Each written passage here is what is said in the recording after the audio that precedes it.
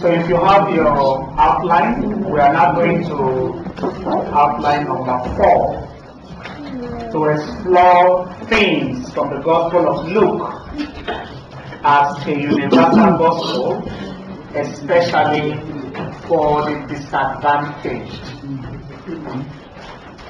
Just to link it with what, where we concluded before, if you saw the manifesto itself of Jesus, the different categories of persons named, of course, are disadvantaged. The poor, the captive, those, the blind, the ill, those, who needed freedom, those in prison, so they are disadvantaged. So Luke, in his gospel, took that, began from that manifesto of Jesus to deepen his gospel message. He took those people, any disadvantaged person, to be the core group in the Gospel of Luke.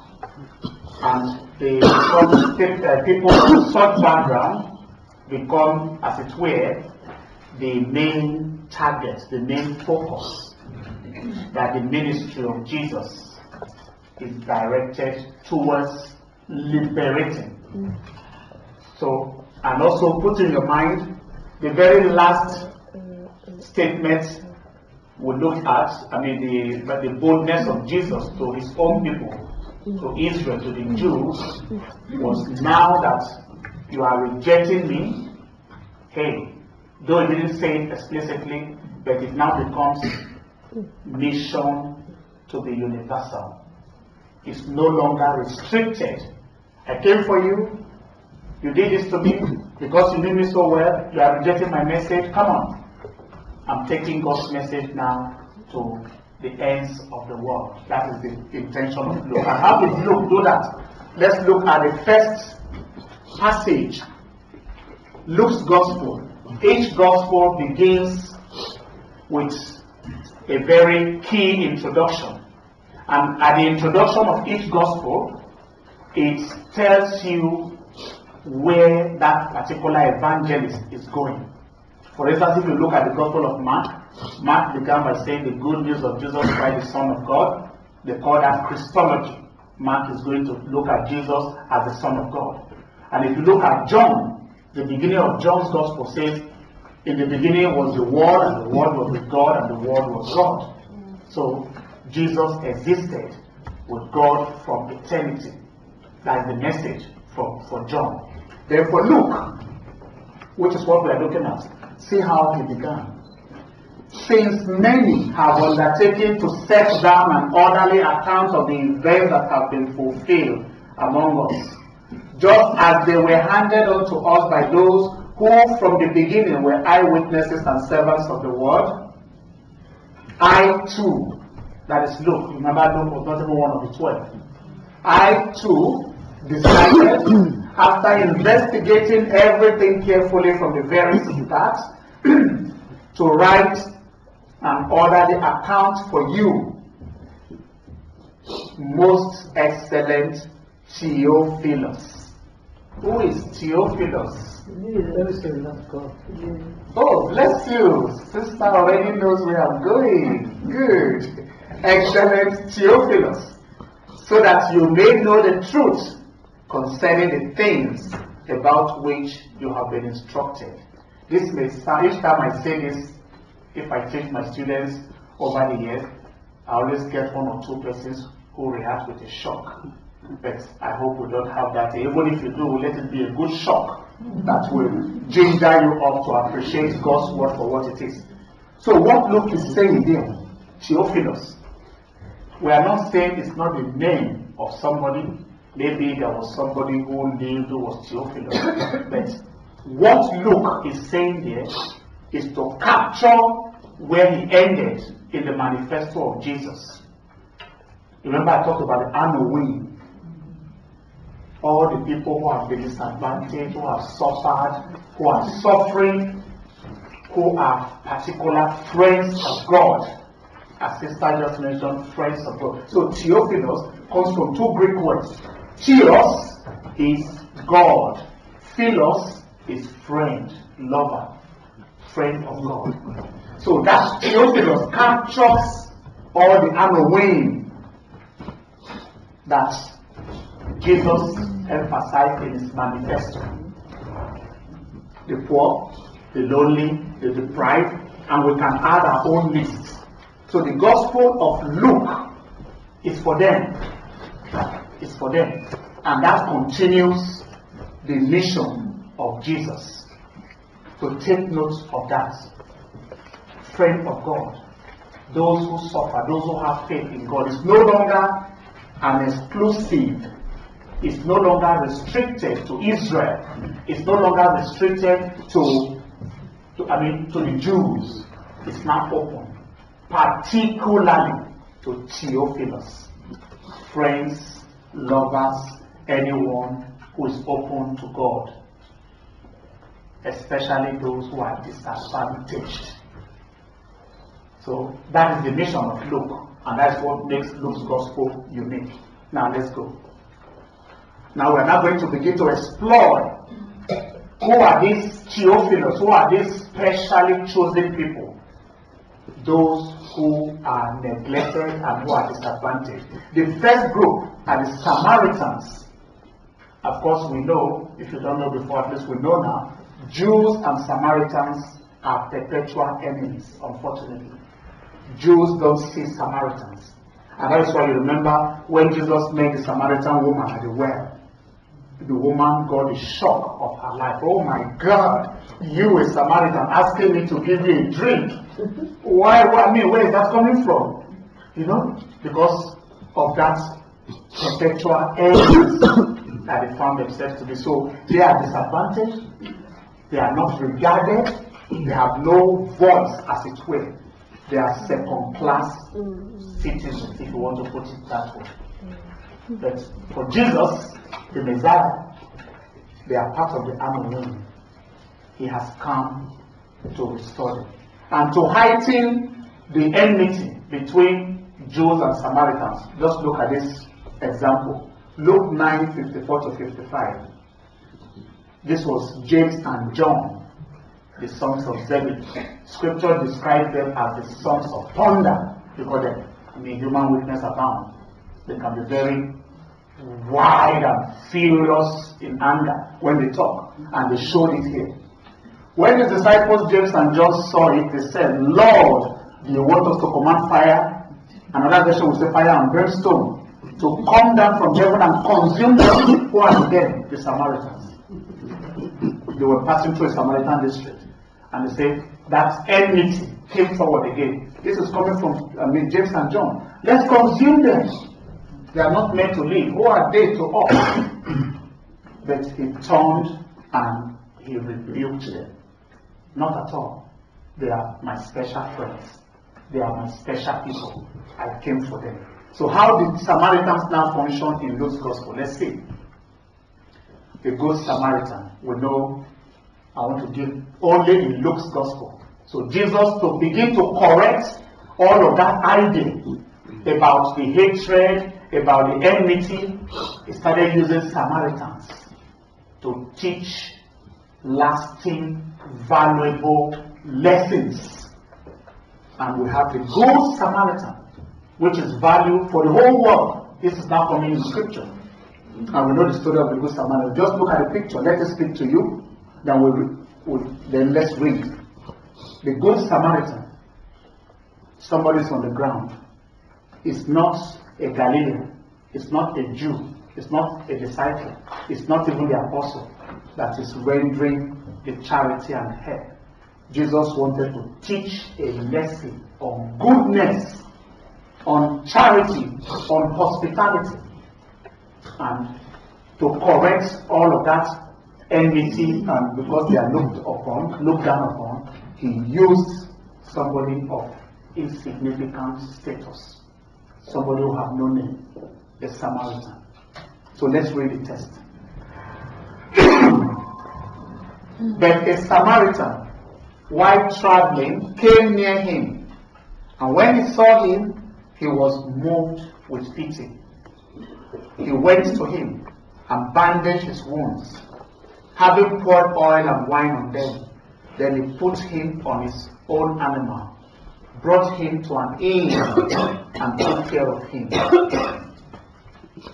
The next day he took out 2 denarii at his own expense. He gave them to the innkeeper and said, "Take care of him, take care of this man. And when I come back, I will repay you whatever you spend." When I come back, which of these 3 do you think was a neighbor to the man who fell into the hands of the robbers? He said, "The one who showed him mercy." And Jesus said to him, "Go and do likewise." An astounding example, gospel typology, an example of goodness, of charity, of love, of mercy. And Jesus using the example of someone who is neglected to teach humanity the art of winning. So a Samaritan, not a Jew, not a disciple, not an apostle, but a Samaritan. Don't look down on this person again. When it comes to goodness, hey, I'm for them. The Spirit of the Lord is upon me. I sent you to bring good news to the poor, to liberate them. So we are taking all of this back to the mission, to the manifesto. It's for the Samaritans. They have a name. They have a voice. I have come for them. And that is why only the Samaritan. And if you look at this in context, we don't have that in the book. Remember a priest, a Levite priest came, passed the man by. He's rushing to the temple. Another person came, passed the man by. Who is this significant person on the ground? So that's how they all failed the charity test. But somebody who is neglected, somebody who has no voice, somebody who is suffering, who is at the edge of society, is the one that Jesus used to teach and to shame and to change the totality of his message. The Spirit of the Lord is upon me. He has sent me to bring good news to the poor, to release to captives. Samaritans are captives. Those who are oppressed, release to them. So that is what is going on in no-harm theology. Okay? Keep that in mind. Let's go to another example. Another example. The lepers. This one came out in the manifesto. Remember, there are many lepers in Israel, but none of them was killed. Who was killed? Syria, Naaman. Only Naaman was killed. So look at that. This story is unique again to Luke. The 10 lepers. Leprosy was a dreaded disease for then and for now. Dreaded disease. Once you have it, you are kind of cut off, you are ostracized, you are cut off from your family, from people. And even in Leviticus, we are told the day they will come to town, there will be hours of warning. They will ring the bell. Please, nobody should come out that day. Lepers are coming. And every person runs away from them. That is how lonely, that is how they are heading captive.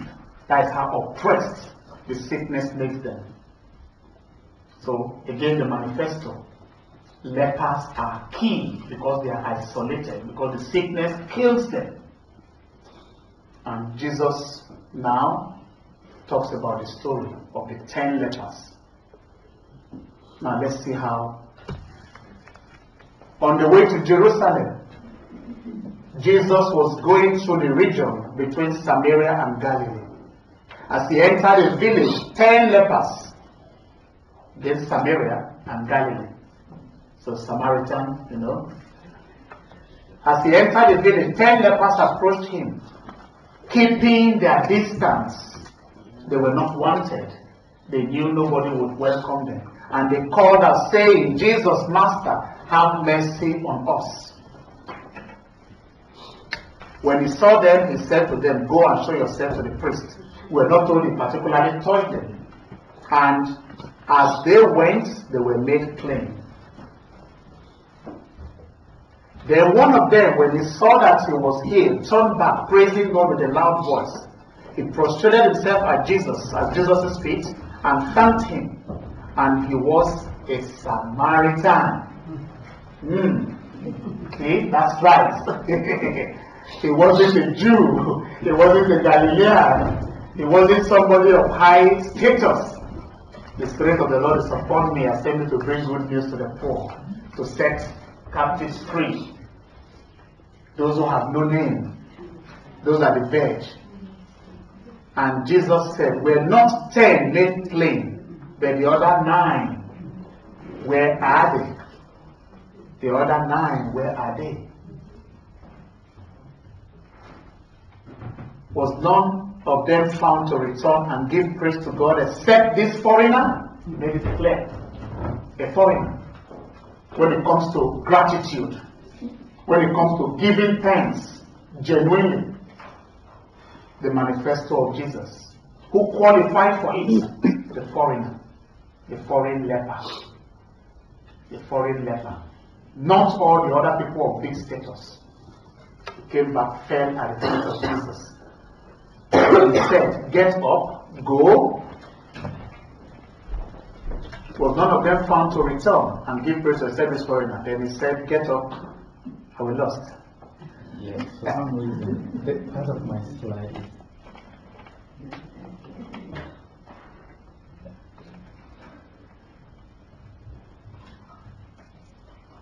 Is that it? no. This part is not. So that is a big lesson, the 10 lepers.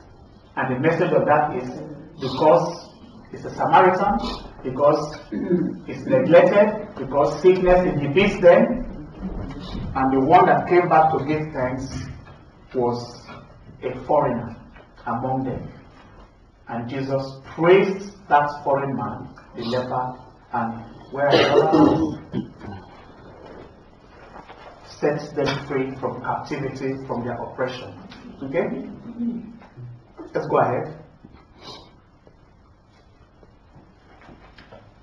Now we see 2 examples that falls into the manifesto. Widows. Widows. Where did we see widow? Did we see widow in the manifesto of Jesus? Yes. Exactly. Exactly. There were many widows, but it was only sent to the widow of Zarephath. Good. So widows, again, very important, very, very dear to the ministry of Jesus in Luke's gospel. Jesus came for widows. Why? Because in Israel at that time, in some parts of Africa, I think it's still like that today, when the woman's husband dies, her future is gone. She's finished. Her means of livelihood is gone. She's made to suffer so much, and she's in a pitiable state. People look down upon her, people spite her. The culture disregards her. It's a Jewish thing, and Jesus was aware of this. So, the widow of Zarephath, widows in the manifesto, and widows in his mission. As the anointed one, he came to give them a voice. He came to liberate them, to energize them, to lift them up. So let's look at the first example of the widow. The widow's mite, very unique, only in Luke's gospel. Only Luke's gospel talks about this story, the widow's mite. Though which today we use very wrongly. I mean, when people talk about the widow's mite, they are talking of giving very little from what they have. But that is not the widow's mite. The widow's mite is giving everything. Is the contrast of that. So this is the picture. Let me speak to you for a moment. In the temple, Jesus was there and he was watching everybody making their offering, and saw this poor widow, and she gave her all. So let's read the verses.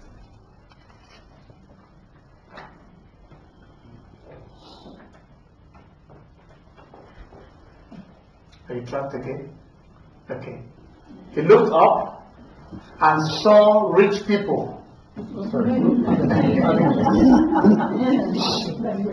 told you, you have to blame me if anything goes wrong. Because I fear technology.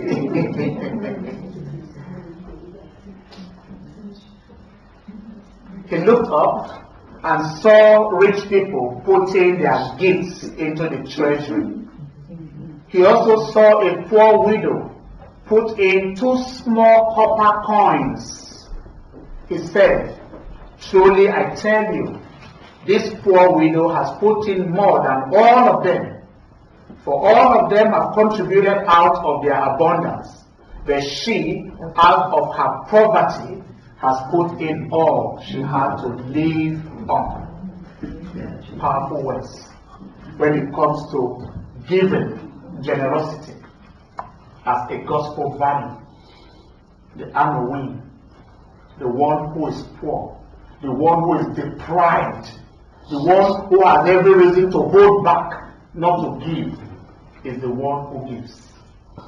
And that is the irony, and that is the lesson in Luke's gospel, the widow's mite, unique only to Luke's gospel, and coming out as an endorsement for charity from Jesus, the widow who lacked.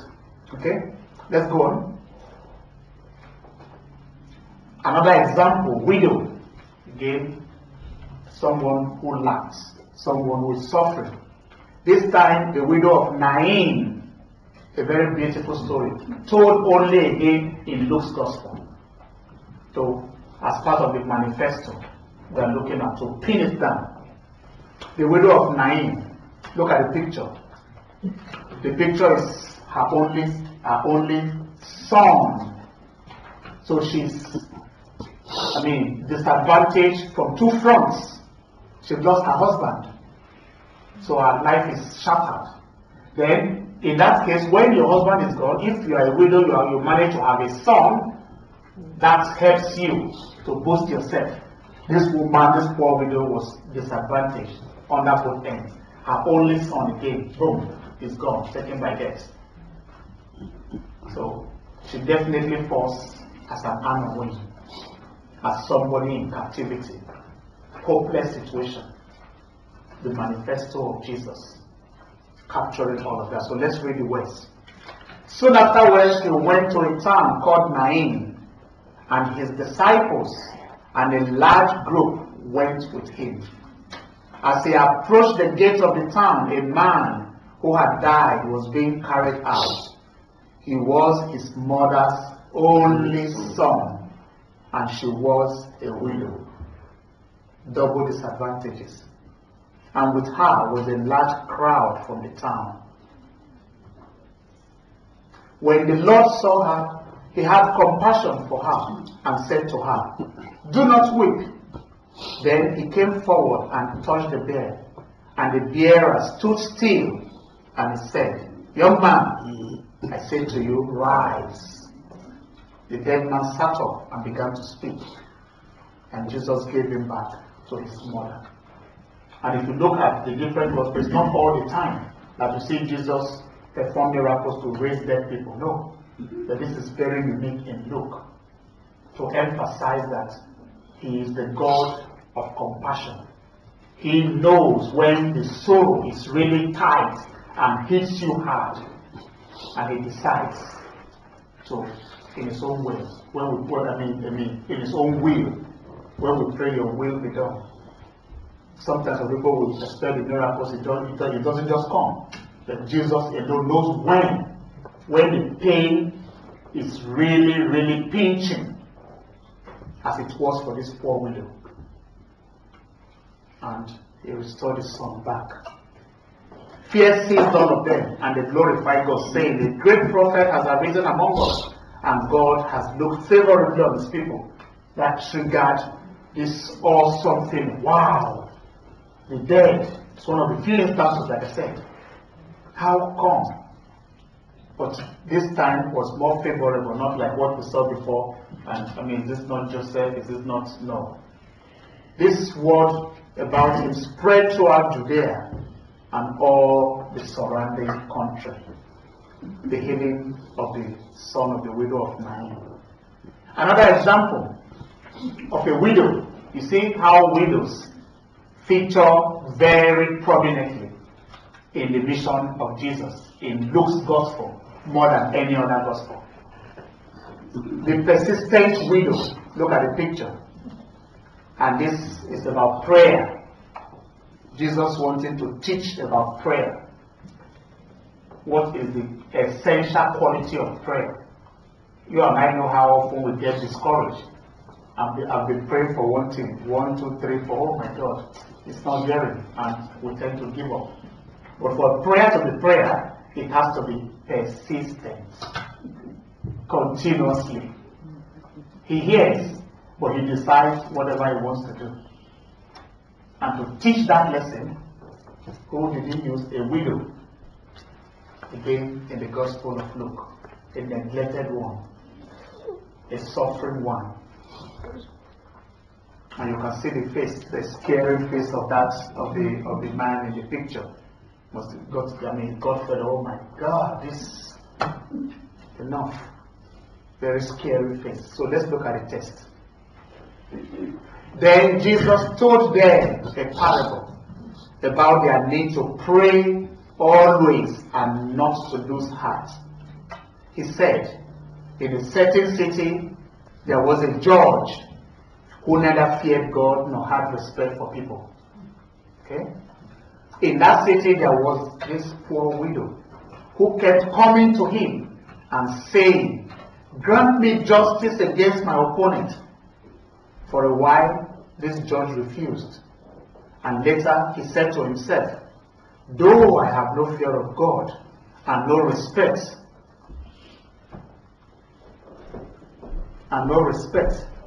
yet because this widow keeps bothering me, and that is the persistence, keeps bothering me, I will grant her justice, so that she may not wear me out by continually coming. And the Lord said, this is the message, listen to what somebody who is unjust says. And will not God grant justice to his chosen ones who cry to him day and night? So if you continue to do it, if that wicked judge out of persistence granted justice, how much more will God? If you, to his chosen ones who cry to him day and night, will he delay long in helping them? No. I tell you, he will quickly grant justice to them, and yet when the Son of Man comes, will they find faith on earth? Will they find faith on earth? The persistent widow who never gave up as an essential quality of prayer. The Halloween, the neglected, Jesus came for them. Another category of the disadvantaged people in Luke's gospel will be this broad what I want to classify as sinners. And this is where you and I belong. Sinners. Sinful as we are, but thanks be to God for his grace. So sin can hold you down. Sin can make you captive, as it does to all of us in our own journey. Is there anyone of you who has not sinned? Let him be the first to cast a stone. And from the oldest, they all dropped their stones and they left. Neither do I condemn you. Go and sin no more. God's mercy.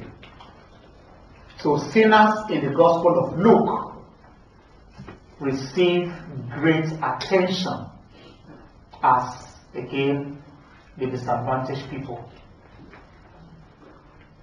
So, the first example that Luke portrayed of sinners as very dear in the ministry of Jesus is the famous story of the prodigal son. Only in Luke is this told, not in any other gospel. to emphasize that manifesto of Jesus we're looking at. The prodigal son, look at that picture. We'll read the text, not all of them, but we'll capture the message. We know that story very well.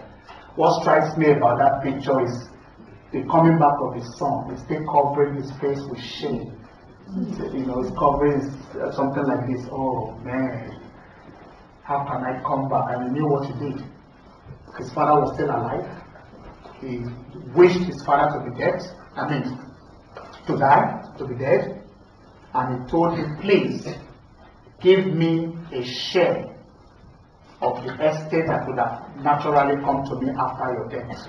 I want it now. So he looked for trouble for himself, we will say. He wished his father dead, but his father succumbed. His father gave him, okay, that's fine, take. And he grabbed everything and he went away. He went away and squandered. Man lived luxury. And he who was a Jew, we know that story well. Jews don't eat pork. But it came to a point that he had nothing to eat. He squandered everything, and the husk that pigs were eating, he was struggling to feed from that. He lost his integrity completely because of sin. But he came to his senses, and that is the beauty of the return. He came to his senses. Why am I still here? Maybe I should go back to my father. And that's what the grace of God does for all of us. God does not wish anyone to be completely doomed for life. He gives us the grace of a safe return. And that's where his actions are different from your actions and my actions. Where we rather seek justice, his is mercy. And the son came to his senses, he was going back. Perhaps he was thinking, oh my God, when I go back, my dad is going to tell me off, which most parents would do. Have you come now? Get out of my house, you don't belong here anymore. After all you have done, you have to kneel down, you have to apologize. We're not even told that the son apologized. We will say in our own parlance, he didn't even go to confession. The father was so full of mercy. If you look at the picture very well, he was looking through the window. He was looking through the window. He never, from the day the child strayed and went off, he was wishing him to come back. He was wishing him to come back. That's how God lavishes his love. His love. Even when we don't merit it. And that is what Jesus represents. That's the mercy that Jesus represents. And when the son came back, look at the hug. Look at the embrace. That picture says it all. Wow, you are back. Bring the gold, bring the calf. So let's read that part just to summarize that. But when he came to himself, he said, how many of my father's hired hands have bread enough and to spare? But here I am dying of hunger. I will get up and go to my father, and I will say to him, Father, I have sinned against heaven and before you. I am no longer worthy to be called your son. Treat me like one of your hired hands. So he set off and went to his father, but while he was still far off, his father saw him and was filled with compassion. He ran and put his arms around him and kissed him. Then the son said to him, Father, I have sinned against heaven, and before you I am no longer worthy to be called your son. But the father didn't even listen to him.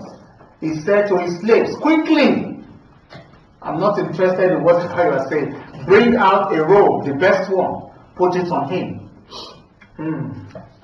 Put it on him. A straight child.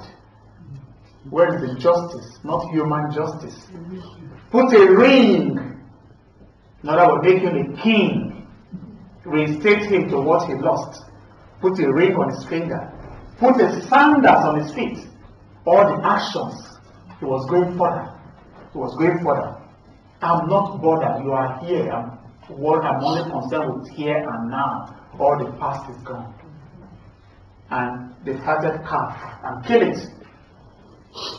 It was celebration after celebration. And let us eat and celebrate. For this son of mine was dead, sin kills us, and the grace of God rescues us. And now is alive again. He was lost and is found, and they began to celebrate. So sin, the prodigal son, sin as a big thing, the sinner having a place in the vision of God. You and I, we are never condemned. There's always a second chance. There's always hope. And that's what the Messiah, that's what the mission of Jesus is all about. Another example?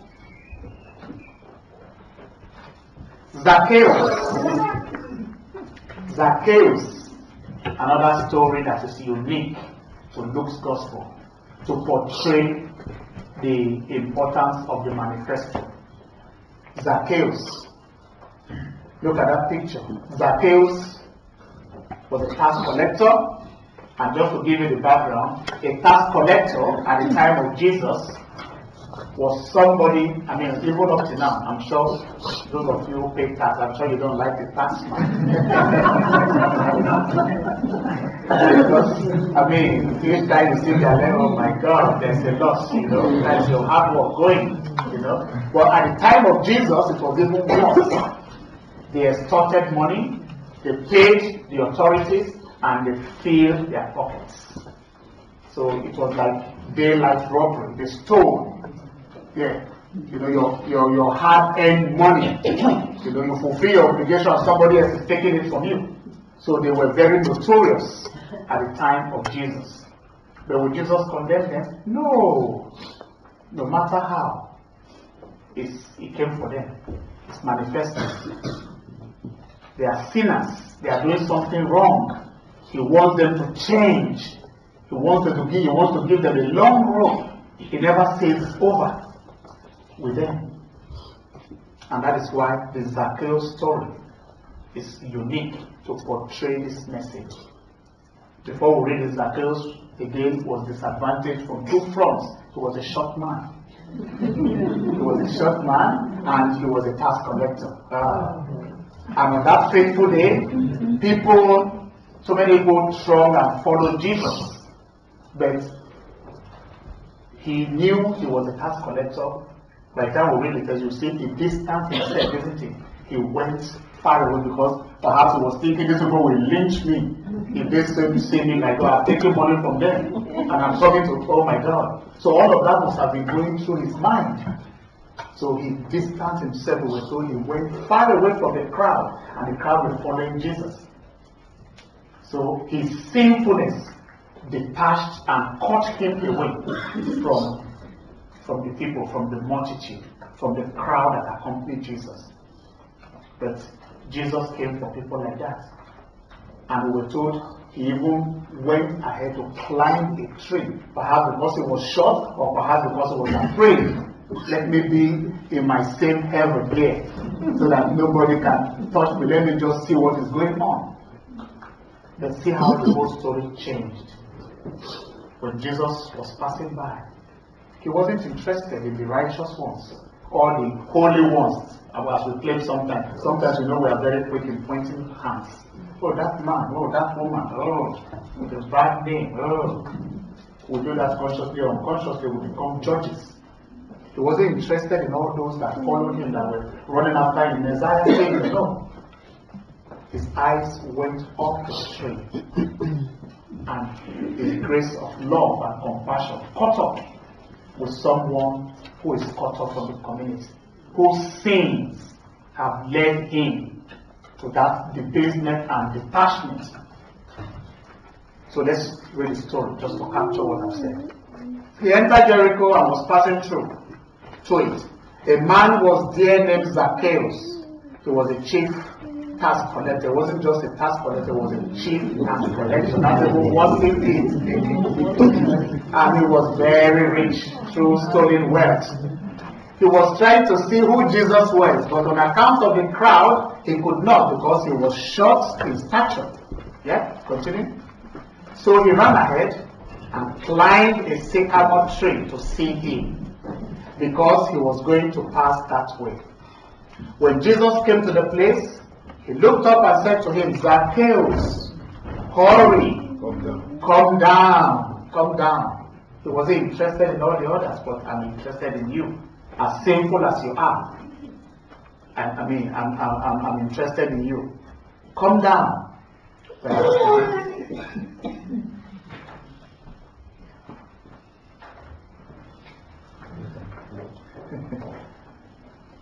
Hurry and come down, for I must stay at your house today. So he hurried down and was happy to welcome him. I was happy to welcome him. So the slides for some reason are bigger.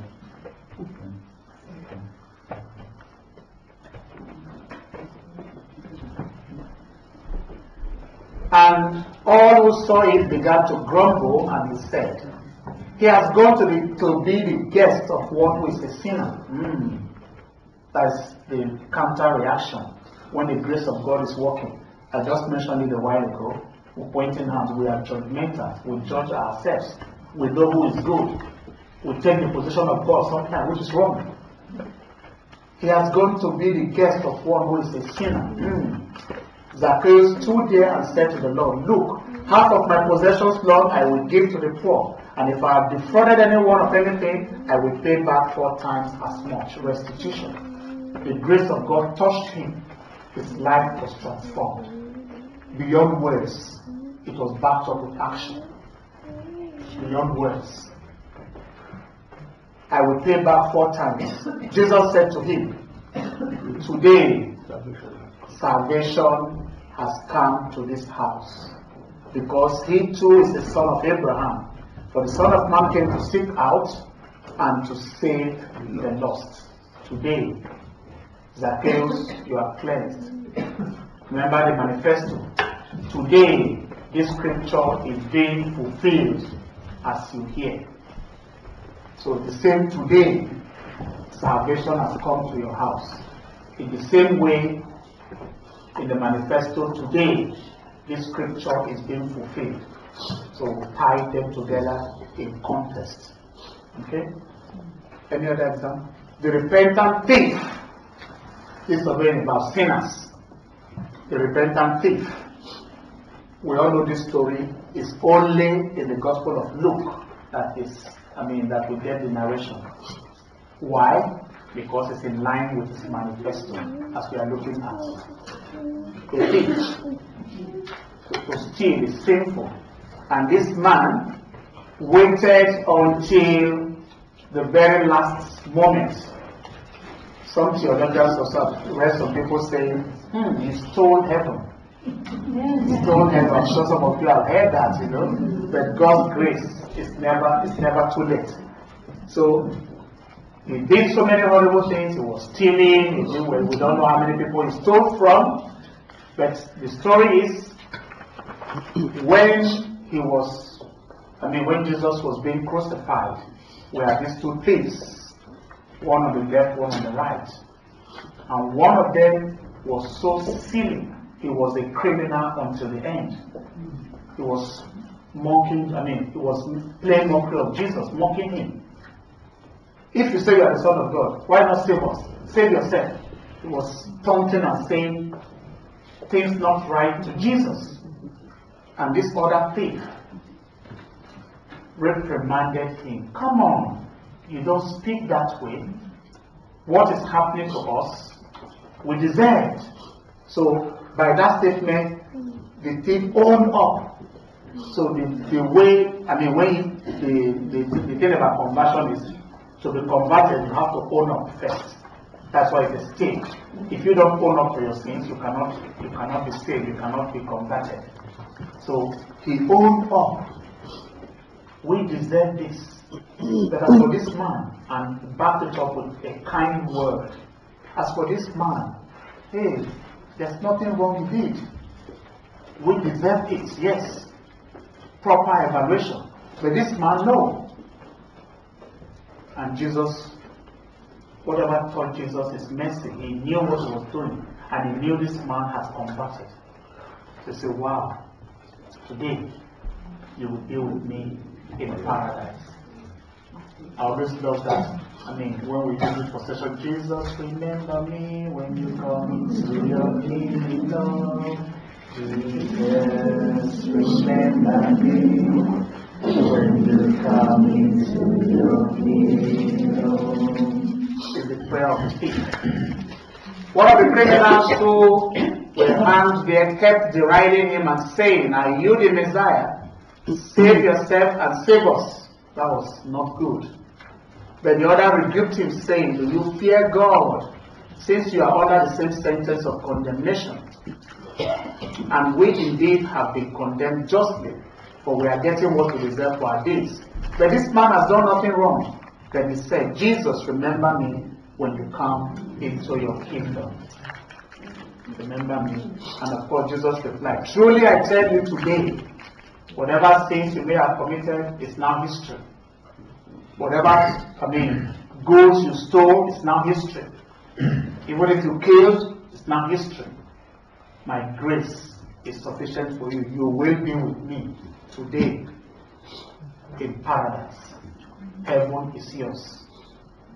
Powerful words. So it's not your business or my business to judge or condemn or to say who is saved. It takes the grace of God. A criminal today can be the first to enter heaven tomorrow. And that is the whole beauty of Luke's gospel. A gospel where sinners are offered hope, where sinners find strength, where sinners find a second chance and salvation. Okay? I doubt if I can still do 5 minutes. It's time for lunch.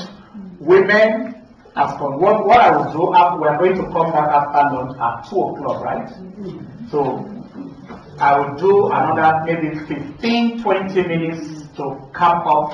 There's never enough time. What we have on the slide before we go into group discussion to pin it all down. Because what is left now is just to talk about where I have after women we go into 5 and 6. So I will see what I can do to summarize 4, 5, and 6 briefly.